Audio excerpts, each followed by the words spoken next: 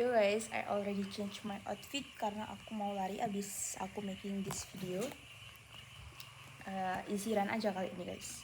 Jadi oke lanjut ya. Tadi kan kita sampai pada pembahasan bahwa sebuah sepasang pasangan itu harus bisa yang namanya bekerja sama untuk menyelesaikan sebuah konflik, karena konflik itu fungsinya sebenarnya adalah tantangan untuk bisa membuat hubungan tadi semakin erat dan semakin kuat, juga semakin strong dan deepest gitu. Jadi di sini untuk bekerja sama sebagai sepasang pasangan itu syaratnya adalah kita harus tahu dan kita harus mencintai diri kita sendiri.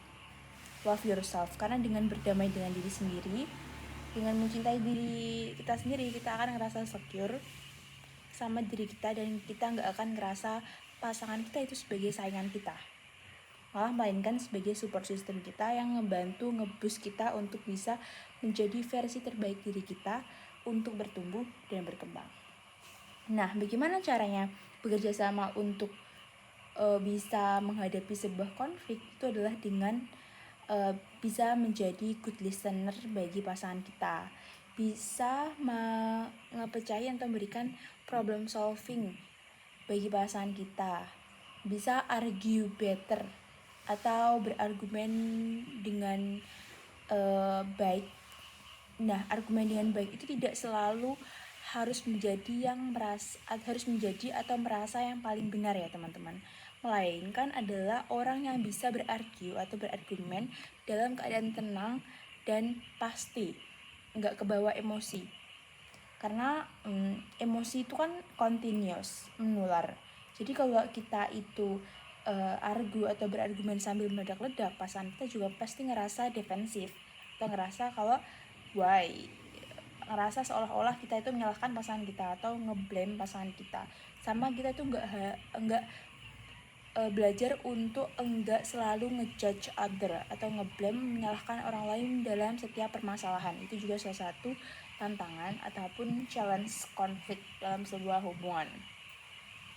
Sama berusaha untuk mencari yang namanya win-win solution. Dari problem solving tadi kita berusaha untuk mencari win-win solution di mana pasangan kita sama-sama ngerasa secure akan pemikirannya.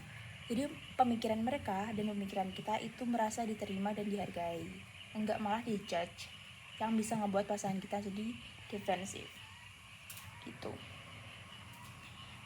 Sama itu sih guys, sama nerima yang sulit untuk dilakukan oleh pasangan-pasangan di luar sana itu adalah menerima kritikan dari pasangan yang lain, menerima kritikan dari partner kita sebagai kritikan yang membangun dan mengembang. Gimana ya? Menerima kritikan sih guys. Rata-rata orang kan kalau dikritik itu kan pasti akan defensif dan ngerasa kalau dia itu disalahkan atas suatu hal yang terjadi. Nah, kalau kita ambil dari sisi positifnya, itu kritikan itu bisa digunakan untuk ngebangun kita menjadi lebih baik lagi. Karena ibarat kita itu kalau dikritik itu adalah orang lain tuh ngelihat hal yang nggak bisa kita lihat. Contohnya adalah orang lain itu ngelihat belakang kepala kita. Nah, kita kan nggak bisa ngelihat belakang kepala kita ya guys, karena belakang kepala kita itu yang bisa dilihat, yang bisa ngelihat itu cuma orang lain. Jadi kritikan itu ibarat seperti itu, yang berfungsi kita untuk membenahi atau berusaha membenahi hal yang nggak bisa kita lihat, yang bisa dilihat orang lain. Karena rata-rata kita itu emang nggak bisa ngelihat hal-hal yang buruk di diri kita, dan cenderung kita bisanya ngelihat adalah hal buruk di orang lain, ya kan, manusia wajar umum.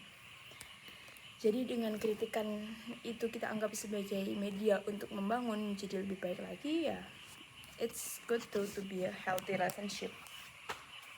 Kurasa itu sih guys yang harus dipelajari dalam mengembangkan sebuah relationship, apalagi kalau romantic relationship. So that's all sih. Sekarang udah jam 5.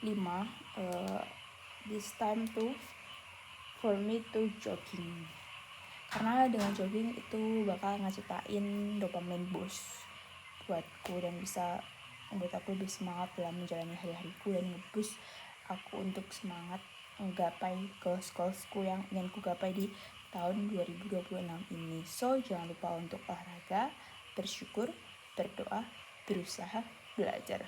Oke, banyak banget. Oke, dadah. Bye guys.